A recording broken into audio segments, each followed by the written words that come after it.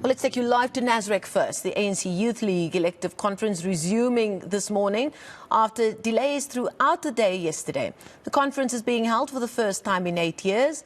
Pule Letshwiti-Jones is the front-runner for the league's top job after meeting the threshold to compete. Other candidates will have to be nominated from the floor. For the latest now, let's go to Pule Letshwiti-Jones, who's been monitoring the comings and goings at that entrance to Nasrec. We did get confirmation at the top of the last hour, Pule, that the SG, Fikile Mbalula, Secretary General of the ANC, is en route to Nasrec. What's the latest from your side? Well, a very good morning. We've seen actually the Secretary General of the organization arriving here at the Omonde Center in his vehicle inside. I want to believe that he's probably going to meet other officials of the ANC NEC as well. But the conference hasn't started as we expected. They were supposed to kickstart at 10 a.m., but it seems we're still delayed. And we actually do know that part and parcel of this was because of the registration process as well. But we're waiting to see what will happen because conference is expected to open and then they will soon head into plenary session as well. We've been seeing some of the updates requesting that delegates go to Nasrec, which is the venue to begin and kickstart, because there's been a bit of a concern around how there's been just a few delegates who have arrived as well.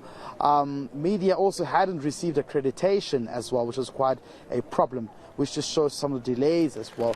We were told that the venue is currently being checked by security personnel to ensure all security measures are in place. But I continue to speak to, of course, the provincial leaders and, of course, the delegates from various provinces. I'm now joined by one of the officials of the province of the Northwest who joins me right now. Vessels Moring, thank you very much for chatting to us. You've gotten, of course, to a slow start, but has the Northwest delegates registered from their regions as well? No, thank you very much. The process has been going very well. We can't, of course, take out any other error that can happen to the process. It's part of human nature that we err as humans, but so far so good. The ANC organizing is here to assist the process. The ANC Youth League organizing, led by Comrades Well, is doing very well to make sure that the process becomes as speedily as possible. The delegation from the Northwest, 95% of it have registered. We're only awaiting for the 10% of the delegation, which is the PEC, to come and collect their text. Then it will be all systems go. Other delegates, they are already at Nasrec to make sure that the Congress do proceed as it has been planned. But I can say it's all systems go. The 26th National Conference will continue as it has been planned. Would you say there should be some sort of, amending or change in terms of the registration process? I mean, we're told the conference was supposed to start yesterday. Of course it opened, but it was a closed session as well, but we haven't seen the SG as well taking the podium to address. Not of course, like I'm saying, all efforts are there to make sure that the process do go very well. I did indicate that the organizing of the Youth League, led by Comrades Well, they've put systems in place.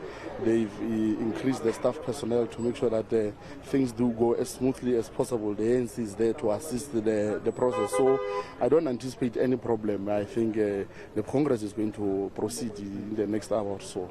You're from the Northwest, and of course there are challenges which the youth is facing there, such as youth unemployment, which is one big issue there. How would you want this conference to resonate with young people, and not only in the Northwest but throughout the country as well? When the leadership is elected, what should they do? We are very clear. We're talking about economic freedom, and when you talk of economic freedom, we must fundamentally address the issue of the land. We must approach the commanding heights of the economy so that they transform, because in our view, they are very racial. They are led by arrogant men of a certain race. We want them to accommodate the demographics of South Africa. As South Africa is becoming younger, we want them to accommodate young people. But importantly, primarily, we must address the issue of the land. We must be very radical in our approach with regards to that. That's why we are very clear in this conference to say economic freedom must be an order of the day. And what's your take about factions? We've seen what's been happening. There's been rumors around, divisions within the ANC Youth League itself. We saw what happened in the Eastern Cape. But particularly when you look at from bird's eye view, what do you think should happen with this issue? Well, of course, some of the things that are happening must be characterized as they are. They are just purely ill-disciplined. They are just purely thuggery. But of course, conference in its nature is engulfed by interest and lobby groups. Such is allowed, leading to processes, especially of elective conference. But what is important is for us to emerge with the leadership, and that leadership must be appreciative of the fact that they were voted by young people, and they must embrace all the groupings. I don't necessarily want to call them factions, but they are lobby groups established as a result of certain interests, be it on leadership, be it on policy, be it on how we view things in as far as the issue of policies are concerned in the organization. What is important is for us to encourage that leadership emerging from this conference to make sure young people do become united, like I indicated to you. And the enemy to us as young people is triple challenges of unemployment, poverty, and inequality. We are not enemies to one another. So it is incumbent upon that leadership to make sure young people do get united to the cause of making sure that economic freedom is become realized in our lifetime. And as the Northwest, who are you backing for the presidency position? Our Provincial General Council was very clear. It has mandated us as the ANC Youth League leadership in the province that Colin Malachi should emerge as the president. But more importantly, as the Northwest, in this conference, we are going to deposit a view that says we need to have the second DSG, primarily to focus on research and making sure that the Youth League becomes innovative and adapts to the ever-changing world. It is for that reason that we think Comrade Wesley Khan, the former president of COSAS, is relevant to emerge as the second DSG in this Congress. And what's your take about gender parity as well? Do you think that should be a focus, that should be something implemented where we have 50-50 in terms of male and female topping those positions as well? Without a woman, there is no revolution. So it will be very unrevolutionary of us not to push for that issue. In fact, we want to see more women emerging on the issue of leadership. We are going to be very strong on that, to see young women leading the ranks of the ANC Youth League. So it will be really not progressive of us not to advocate for women to be at the helm of the leadership, and as far as the Youth League leadership is concerned. Mr. Bureng, all the best at conference. Thank you very much. That's Vessels Bureng, of course, the provincial chairperson in the Northwest. They're just, outlaying some of their views and what are some of the stances they'll be taking during the elective conference that's expected to take place. I don't even know what to say myself in the next few minutes or the next hours.